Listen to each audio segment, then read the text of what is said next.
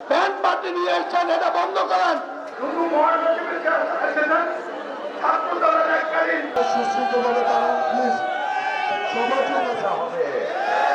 এতে হোক আজকে আমাদের সবচেয়ে আমরা দীর্ঘ 15-16 বছর লড়াই করেছি, তাই না?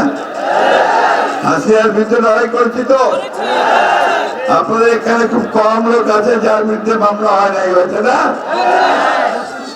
কোর্টে যেতে হয়েছে, এখানে মারা গেছে লোকে, এখানে আপনারা মামলায় কোর্টে যেতে অস্থির হয়ে গেছেন, সেই অবস্থার অবসান হয়েছে, তাই না?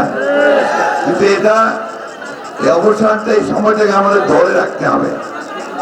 যদি আমরা একটা ভালো নির্বাচন করতে পারি, সেই নির্বাচনের মধ্যে জনগণের প্রতিনিধিকে নিয়ে আসতে পারি, তাহলে আমাদের সমস্যার বিভিন্ন সমাধান হবে। প্রিয় বন্ধুগণ, আরেকটা কথা আমাদের মনে রাখতে হবে যে আজকে এই বিজয়কে, ছাত্র জনতার যে বিজয়, সেই বিজয়কে নস্যাৎ করার জন্য একটা মহল কাজ করছে অত্যন্ত সচেতন ভাবে। আমাদের মধ্যে আবার বিভেদ সৃষ্টি করার চেষ্টা করছে, আমাদের কিছু কিছু লোকের নামে বিভিন্ন রকম কথা বলে পত্র পত্রিকায় বিএনপির ভাবমূর্তি নষ্ট করার চেষ্টা করছে। এইখান থেকে সবাই বিরত থাকবেন।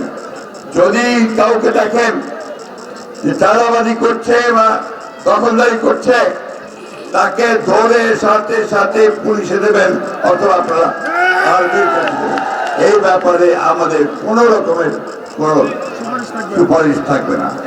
আমরা পরিষ্কার বিএনপির কোন লোক এটা করতে পারে না, আপনাদেরকে এটা প্রতিরোধ করতে হবে। বন্ধুরা, এই কথাটা মেসেজটা খুব ক্লিয়ার।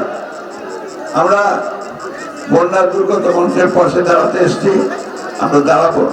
আরেকটা কথা আমি বলতে চাই, এই নতুন সরকার মাত্র 20-22 দিন বয়স হয়েছে, একে আমাদের সময় দিতে হবে যে সে যেন একটা সুষ্ঠু নির্বাচন করার মতো পরিবেশ তৈরি করতে পারে, তাই না? আগে ভাগে বেশি কথা বলা ঠিক হবে না।